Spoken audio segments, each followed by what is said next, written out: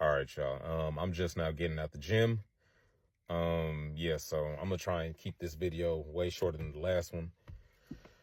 Okay, so real quick, I did see something earlier while I was scrolling on Twitter that a certain bill or something like that was passed by the House. And pretty much it was saying, one of the things that it was saying that caught my eye was that it's going to be threatening nonprofit organizations, or that it has the propensity to threaten nonprofit organizations, because they could be deemed like some type of terrorist organization with like little litigation involved or whether to actually certify whether or not they're terroristic. And one of the organizations listed as an example was ProPublica.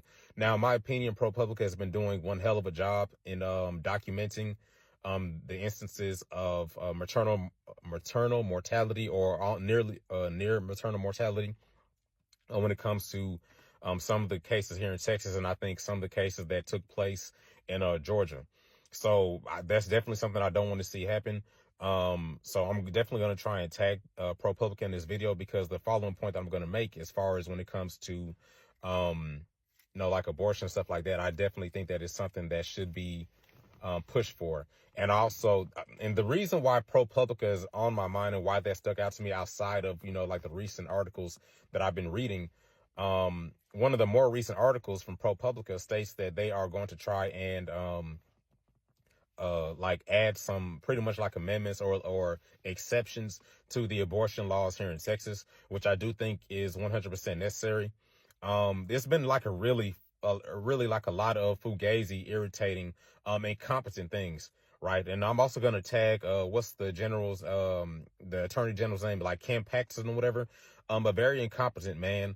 Another example of men that don't know what they're talking about, trying to make laws for women's bodies when they don't have the empathy necessary in order to actually be making these laws, because they don't actually care about the women. They care about the quote unquote pro-population, or quote unquote trying to fit into their narrative of being pro-life.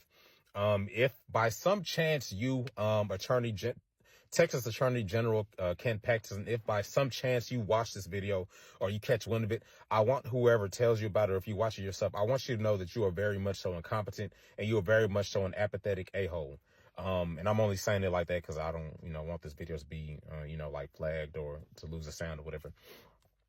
But anyways, so one thing that I definitely think that abortion proponents should be trying to push for, pro-choice proponents should be trying to push for, and I said it in a video I uploaded sometime last year during the summer, it doesn't make sense for so many men to try and push for women to stay pregnant when they cannot explain why domestic violence against pregnant women is exponentially higher than it is for women that are not pregnant, which includes girls too. And when it comes specifically to black women, this is very important, because in America, the leading cause of maternal mortality is actually homicide, right? So, and that's the thing. It's also maternal mortality linked to domestic violence or intimate partner violence, right? I haven't actually heard any of these men at any point in time give a substantial reason as to why violence against pregnant women is exponentially higher than women that are not pregnant. And I think that's an indication that if they can't even provide reasons as to why it's exponentially higher than it is for pregnant women, then that means they haven't actually taken time to understand, what that is. They haven't actually taken time to try and solve the issue, to try and put measures in place to protect these women that are in these situations. So with that being said, there are generally three causes or three reasons that people will give exception for an abortion, right? Incest, rape, and if the mother's life is in jeopardy due to medical or maybe like obstetric reasons and stuff like that, right? I'm pushing and I'm asserting that due to the fact that homicide linked to domestic violence or intimate partner violence, due to that being a leading cause of death or a leading cause of maternal mortality, I think that should be a fourth option, or a fourth reason, or a subcategory of the life of the mother being in danger. That should be a gateway, or sorry, not a gateway. That should be a pathway for women to seek to be able to terminate these pregnancies if they're in such a situation. If these politicians or whatever actually cared about the life of the mother, I would very much so think that these type of situations would be more than enough reasoning for them to grant an abortion in cases like these, should the mother or should the mother in the situation or the carrier in the situation deem fit that they don't want to carry the child anymore, sorry, the embryo, the fetus, whatever you want to call it, the baby, whatever you want to call it, I do think that should be a viable reason. Also, there's going to be some other stuff I was going to try and link into this too. Some screenshots from the most recent ProPublica article that I saw, titled "Texas Lawmakers Push for New Exceptions to State Strict Abortion Ban After the Deaths of 2 Women." And shout out to Bourbon Bougie for covering this article that I watched yesterday, I think. Yeah, I definitely watched it yesterday. So big shout out to her for covering this. Thank you for introducing this article. But yeah, I think along with this is why I gave, like, not really a disclaimer, but gave the opening I did, because I think that in the midst of them trying to push for new exceptions to Texas's strict abortion ban, they should definitely try to add in situations of domestic violence due to the fact that it's the leading cause of death for pregnant women. I did do the math. 2.9% of pregnant women are actually murdered, and that's out of 100,000. 2.9% of 100,000 is 2,900 women that are dying due to actual homicide, right? And in a lot of these homicides, they're actually involved gun violence, right? A lot of guns are actually involved in a lot of these homicides. So 2.9% doesn't sound like a whole lot, but 2,900 mothers to be, and this is, mind you, this is up to 2 to 3 years postpartum. 2,900 women losing their lives either while they're pregnant or just after they've given birth. That is not a drop in the bucket as much as people want to make it seem.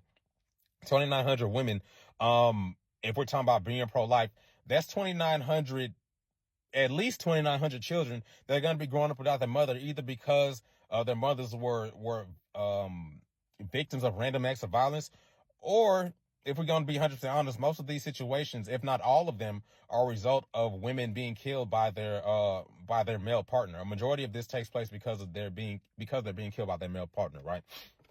So I definitely think that domestic violence and intimate partner violence need to be subcategories or whole new categories rather, that need to be added to the threats to the life of the mother. So anyways, sorry y'all, this is going to be, I'm probably gonna have to make a couple of new videos or whatever. But with that being said, the new legislation prompted by ProPublica's reporting comes after 111 Texas doctors signed a public letter urging that the ban be changed because it does not allow us as medical professionals to do our jobs. And what's so funny to me, and I'm probably gonna be making a few videos in relation to this. I promise y'all, I'm gonna try and not make this video too long. What's so funny, not even funny, but what's so ironic about this is when it comes to one of the people that drafted up Texas's abortion ban, I think his name was let me see, what is his name? What is his name? Bryan Hughes. He's one of the an attorney or whatever that drafted up Texas abortion ban. When you actually go to his website, which was hyperlinked in ProPublica's article, there is nothing in there. And out of all his accolades from going to school and having degrees, none of that indicates any type of medical proficiency or any type of knowledge in the medical field where he could say, okay, well, in my professional medical opinion. There's nothing like that in there. So again, this gives credence to the fact that there are men making laws about women's bodies when they don't know what they're talking about, right? Even me as a man, I'd like to say that I try to be understanding and try to be empathetic towards, women's medicals, causes, for lack of a better term. Again, excuse me, I'm not using all the proper terminology. Even as understanding as I try to be, I'm gonna tell you straight up, there are things that happen with women's bodies that I don't know. And that's okay as a man to say that there are things that go on with women's bodies during pregnancy, outside of pregnancy, maybe when they're ovulating, things having to do with, their reproductive system that I don't know.